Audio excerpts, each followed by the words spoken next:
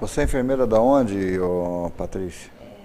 Saúde, do Núcleo de Saúde da Família do Geraldo de Carvalho. Núcleo.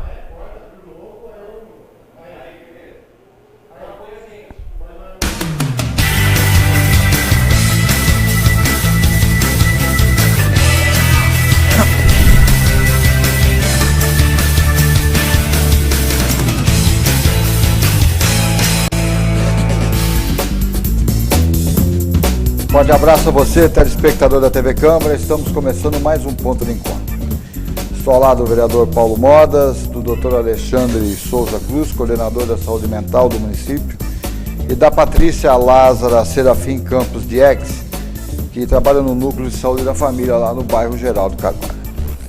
Vereador, nós temos vários assuntos para explorar a saúde pública, principalmente o que tange a drogas e a saúde da família. O senhor é um homem muito preocupado com essa situação. Quero agradecer primeiro a sua presença e ver quais as ações do vereador Paulo Modas na área da saúde pública de Ribeirão Preto. Luciano, tenho me preocupado muito nessa área, porque a gente está na periferia e tem visto o crescimento do álcool e as drogas. E eu tenho... outro dia eu visitei o Dr. Alexandre lá no CAP, e eu vi, parece que encontra um pouco de dificuldade. Tem visto muita gente na rua dormindo, aqui na Via Norte principalmente, são casais dormindo na rua, e eu não sei como está sendo esse trabalho, assim. Então eu visitei o Dr. Alexandre e trouxe ele aqui para falar desse trabalho, como está sendo, se ele está tendo um suporte, tá? Doutor, nós temos um problema muito sério, que nós temos em pesquisas não oficiais, que quase 90% da população de rua do nosso município tem problemas ligados com a droga ou com a esquizofrenia.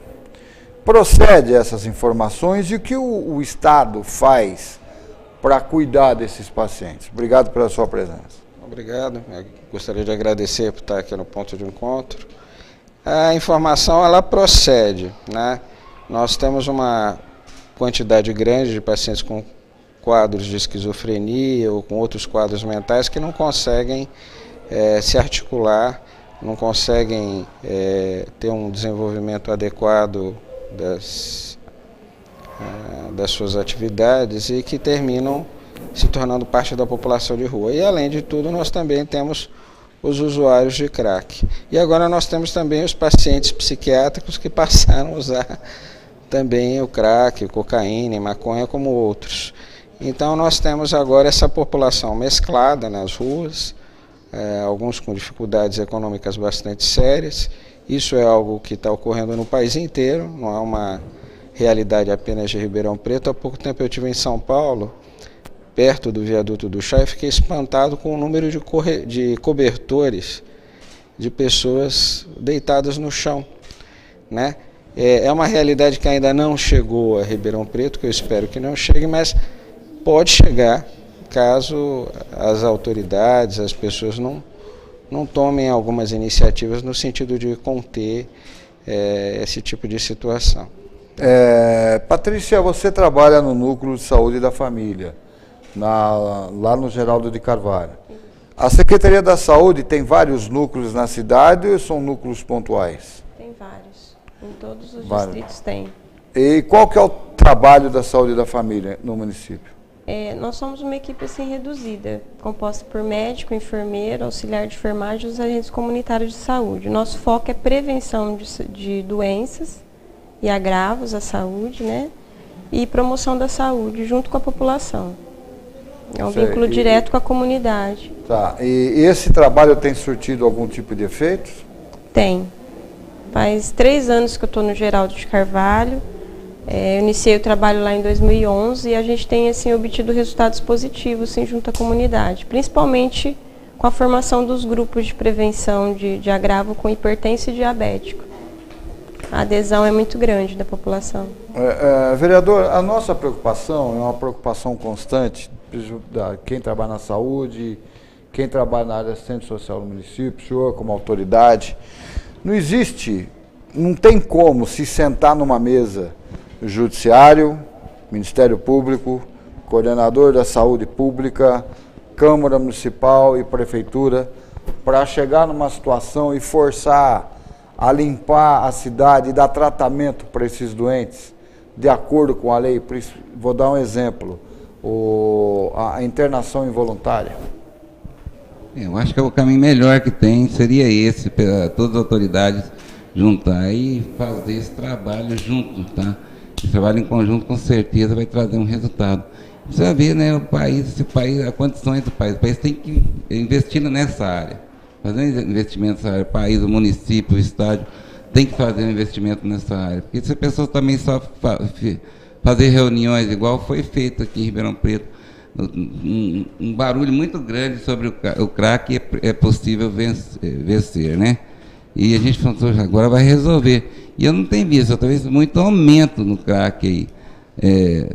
Por exemplo, se você vai hoje na Via Norte, eu vejo o caminho todo dia, 6h30, eu estou passando na Via Norte. O senhor está dando um ponto da Via Norte. Eu vou dar 8 pontos da cidade infestados. Esse é um, aqui está também falando aqui de frente ao posto de saúde aqui na aqui na praça, aqui na frente, nós temos lá na Cianê, nós temos aqui no antigo galpão da Café Clã, nós temos lá em cima no Parque Ribeirão Preto, nós temos lá no Parque São Sebastião, quer dizer, a cidade toda. Não, a cidade precisa saber que veio, teve esse programa que veio para Ribeirão Preto, mas foi feito assim, tá? Quem pensa fala, puxa, está sendo... Mas quem está vendo a realidade, com certeza, não está sendo assim esse trabalho feito. Eu ia até levantar a estatística, o que já foi atendido depois desse crack possível vencer, a quantidade de pessoas que está sendo atendida, que foi atendido, o que o governo federal está fazendo por isso para o Ribeirão, o que foi buscado para o Ribeirão Preto e o que está sendo feito. A gente precisa levantar até essa estatística. Nós, na década de 70, o senhor vai lembrar que nós temos um jogador da seleção, o Astro Gerson, que fazia uma publicidade de uma determinada marca de cigarros e sempre falava em levar vantagem. De repente ficou a lei de Gerson, instituída no Brasil.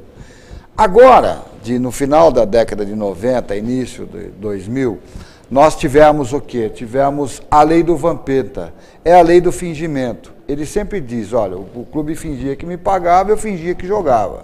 E hoje nós estamos vendo a lei do fingimento, instituiu isso. Todo mundo está fingindo que faz e ninguém faz nada. E a saúde pública paga o preço, claro, caro por isso. Por exemplo, nós não temos um combate efetivo às drogas. Não temos.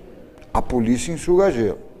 Não temos clínicas adequadas para cuidar de quem quer tratar. A saúde faz o que pode. E o doutor Alexandre, ele além de ser o coordenador da saúde mental, cuidar desses pacientes, é um estudioso no assunto. Aí o senhor vai contar para o telespectador da TV Câmara, porque o que a gente faz aqui é prestar serviço à comunidade. Qual que é o direito do cidadão de ter um ente que está com esse tipo de problema, para cuidar, qual o trâmite que ele tem que fazer para o poder público cuidar desse paciente? O paciente, normalmente, ele tem a possibilidade de procurar o CAPS-AD, ou procurar uma unidade de saúde para ser encaminhado ao CAPS-AD para fazer esse tipo de tratamento. Pode procurar assistência psiquiátrica também para isso, embora as nossas unidades psiquiátricas sejam mais especializadas, elas dividam o que é a drogadição e do que não é. Agora, o que eu sinto é que o crack ele veio de uma maneira muito violenta da década de 90 para cá. E as cidades realmente não se prepararam para isso. Nem as cidades, nem a sociedade se preparou para isso. O Brasil e Ribeirão Preto há 10 anos atrás era um, e hoje aqui Ribeirão Preto é outro. Esse problema nas ruas, para você ter ideia, algumas autoridades ainda negavam que pudesse ter tendo um caráter epidêmico. E a gente está vendo que está tendo um caráter epidêmico, que está crescendo o número, que está aumentando o número de pessoas que usam. Então, assim, estão sendo feitos acréscimos nos programas de tratamento. Nós temos hoje 32 vagas do cartão Recomeço, temos unidades de acolhimento que estão sendo estruturadas, uma para adolescentes já funcionante, uma para adultos que está sendo colocada em funcionamento junto com o pessoal do Padre Clésio, do Fraterno Auxílio Cristão. Temos o atendimento do CAPS-AD, precisamos de mais um CAPS-AD. O CAPS-AD nosso precisa se transformar em CAPS-AD 24 horas e ter leitos Nós ainda não temos um CAPS AD 24 horas na cidade, mas ele precisa ser instituído. Eu discuti, inclusive, com o vereador a maneira de fazer isso, porque nós temos a equipe do CAPS 3, que poderia dar suporte à do CAPS AD 24 horas no período noturno. Então, isso já está sendo estudado, uma maneira de resolver isso, mas os programas de saúde mental, eles também precisam ser mantidos. Então, nós precisamos de mais contratação de psiquiatras. Temos perdido psiquiatras. Eu estava conversando aqui com a colega do Geraldo de Carvalho, ela falou que às vezes ela tem um caso grave e não sabe mais para onde encaminhar, porque os ambulatórios estão relativamente lotados de pacientes. Então, as iniciativas têm ocorrido numa velocidade e o crescimento do uso da droga ocorreu em outra velocidade. E hoje nós vivemos essa situação.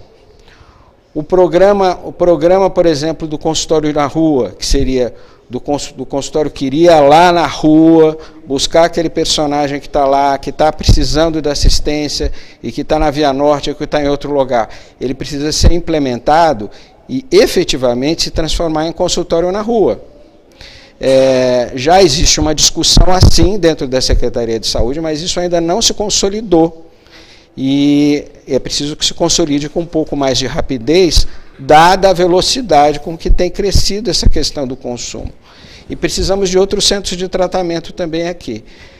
Tenho que destacar o papel heróico do Amor Exigente, do pessoal dos grupos dos narcóticos anônimos, dos alcoólatras anônimos, que são grupos espalhados na cidade inteira, tá certo? E que tem um papel dado suporte às famílias. Temos encontros assim que lotam salões, por exemplo, na Igreja Santo Antônio, no saguão da Igreja Santo Antônio, nas quintas-feiras, você vê um salão lotado com famílias, com pacientes, solicitando ajuda, procurando uma maneira de resolver esse problema. Então, assim, o crescimento da consciência social sobre isso, ele está se dando agora. E isso precisa se converter em ações práticas. Algumas ações já estão sendo feitas, mas a necessidade de intensificar a velocidade delas é bastante evidente. A verdade, doutor, e aqui a Patrícia deve ter se deparado com isso, que quem trabalha no campo, na rua, vai se deparar com famílias deterioradas por causa da droga, Isso. por causa do dependente químico. Então ela vai encontrar as pessoas desesperadas. E a grande realidade, e nós não podemos tapar o sol com a peneira, que o tratamento para um dependente químico, ele é caríssimo. Ele é caríssimo. Uma pessoa que é viciada em cocaína, em crack, se não ficar no mínimo 3 anos internada, ela volta para o uso da droga. Não adianta. Não adianta desintoxicar 6 meses e deixar a pessoa sair. Não adianta. E isso eu te falo por experiência própria. Eu perdi um sobrinho dessa forma. Dessa forma. Então não adianta, gente. Quem passou por essa experiência sabe muito bem. O senhor trabalha, o senhor é psiquiatra, o senhor sabe muito bem daquilo que a gente sabe. A dependência química é um negócio absurdo. E outra coisa, a pessoa jamais deixa de ser um dependente químico, ele vai morrer dependente químico, é uma luta diária. E a gente precisa de ações, que nesse cartão Recomeço, vereador, nós temos várias clínicas que fazem trabalho em Ribeirão Preto, que não estão habilitadas nesse plano do governo estadual, do cartão Recomeço, porque a exigência é monstruosa. Quer dizer, é acima do que exige a lei federal. Então, quer dizer, é a lei do faz de conta. Faz de conta que você tem, faz de conta que eu cuido. Né? E aí, dentro de qual que é a filosofia do seu trabalho para ajudar, dar a mão para esse pessoal, né? Dos dependentes químicos e também aparelhar a saúde em ter condições de tratá-los? O que o senhor pensa disso? Eu acho que tem que ser facilitado um pouco mais, tá? Dar uma facilidade. O pessoal está certo, tá sempre indo lá visitar a saúde, está fazendo uma vistoria sempre, mas facilitando um pouco mais, porque eles criam uma dificuldade muito grande para a pessoa poder receber esse valor para ele cuidar daquele paciente. Tá? Porque se a pessoa souber hoje que um dependente hoje, não é só ele que é dependente, no final fica a família inteira, porque você chega na casa da família, Eu tenho acompanhado, Luciano. Você chega em casa família, não tem nada mais. A pessoa não tem uma TV assim moderna, não tem nada. Tem uma lá que ele coloca lá, porque com certeza já foi levado. Eu estive acompanhando uma moça ali no Geraldo, que é dependente. Eles colocaram um carro velho para ela dormir lá fora, porque não tem condições de abrir, e tranca as portas com cadeado e ela dorme lá fora, dentro de um carro velho. Por quê? Porque ela não pode entrar para dentro, porque se entrar, quando eles acordar, não tem mais nada, não tem arroz, não tem feijão, não tem óleo, ela leva para trocar. Então as pessoas doente, não tem jeito. Tem que tratar eles, tem que tratar esse pessoal. Não além do tratamento do paciente, o tratamento da família, não é isso, doutor? O tratamento da família é extremamente importante. Levar mais a sério, né, doutor? Levar mais a sério, isso aí, mais sério mesmo, as autoridades, o pessoal levar mais a sério, porque são famílias que estragam. Quem está acompanhando, que vê, eu tenho acompanhado muito casos assim, pessoal, vem aqui para você me ajudar a internar. Tem encontrado muita dificuldade nessas internações. Tem mandado para as clínicas particulares, tá, o pessoal vai ajudando daqui e dali, mas a gente não tem conseguido muito assim espaços não, viu? O que eu vou destacar algumas coisas que são assim, eu acho que tanto as iniciativas do governo federal são bem-vindas, as iniciativas do governo do Cartão Recomeço são bem-vindas. O que eu sinto é que, na verdade, elas chegaram de uma maneira, não digo tardia, mas um monte de coisa já tinha acontecido quando essas medidas já chegaram para tentar controlar essa avalanche de casos que nós temos aqui. Então, assim, a ideia do Cartão Recomeço é que daqui a pouco tenha um número maior de vagas. As internações são voluntárias, as comunidades realmente têm que se submeter a normas bastante duras. Por outro lado, o que se está tentando é evitar que as pessoas sejam submetidas a comunidades terapêuticas ruins, que já foram alvo também da imprensa por não estarem funcionando adequadamente, por estarem tratando o paciente com desleixo ou sem dignidade. Então, eu acredito que a preocupação seja em não deixar que descambe também esse tipo de coisa. Mas nós temos essa questão do atraso, do tempo. A doença tem comido uma parte importante dos nossos jovens. Como o vereador bem colocou, as famílias ficam numa situação precaríssima. Nem sempre há, por parte dos gestores de saúde pública, uma consciência muito clara do quanto é desgastante para as famílias, do que acontece. Essa situação do carro não é uma situação só, nós temos situações similares a essas. Às vezes não é uma exceção, não. Eu já tive que ir lá visitar uma senhora numa situação onde ela morava numa chácara, quase numa favela, com 2 criancinhas pequenas, o marido preocupado, o trabalhador, precisando colocar as crianças numa creche. Então a gente foi lá tentar ajudá-la.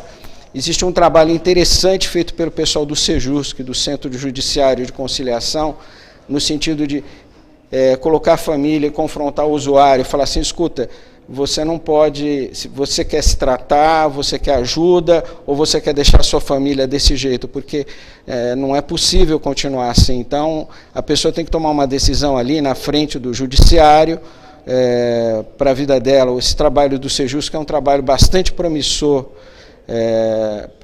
mas são todas coisas que estão sendo construídas agora. Então, e nós estamos com um problema que está vindo desde 1990 e com um crescimento muito rápido, muito rápido.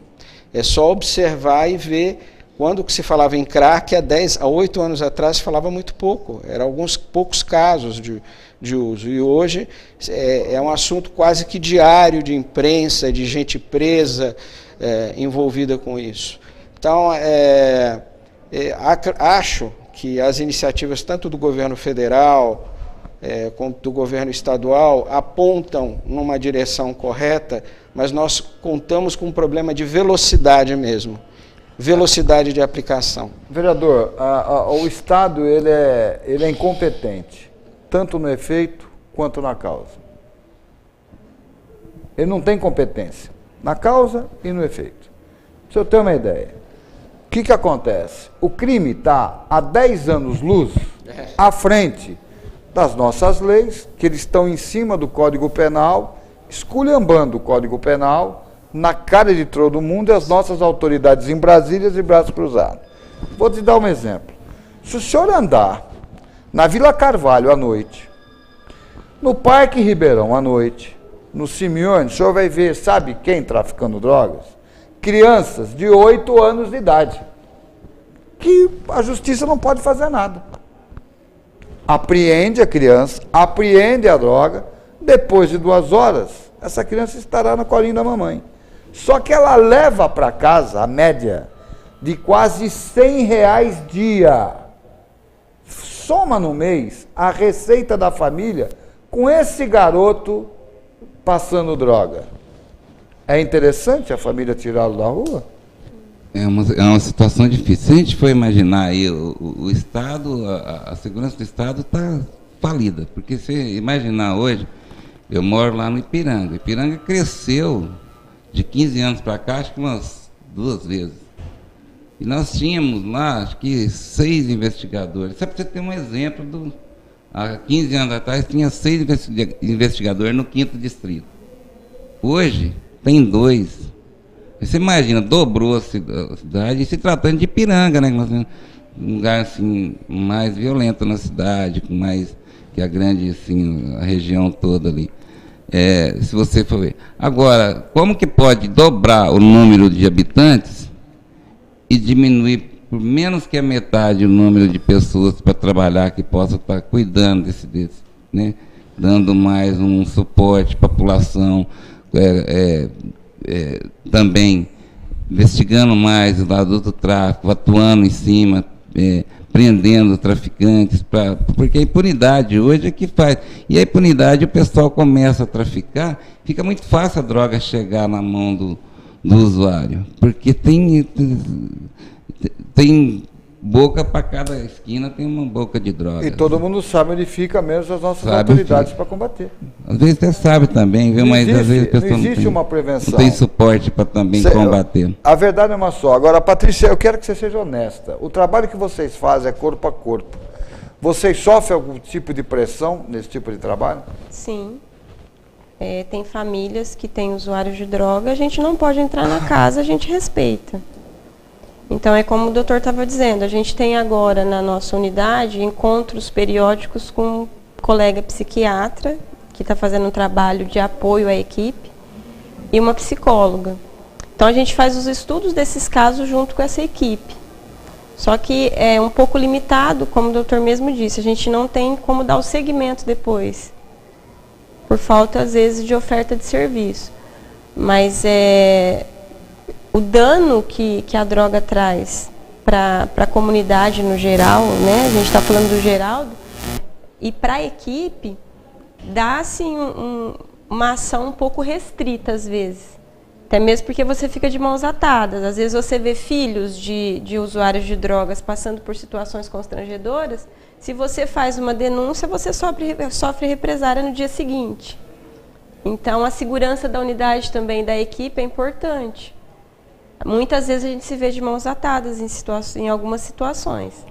Já você é uma profissional que trabalha no corpo a corpo, para fazer um trabalho de orientação, levando informação para as pessoas.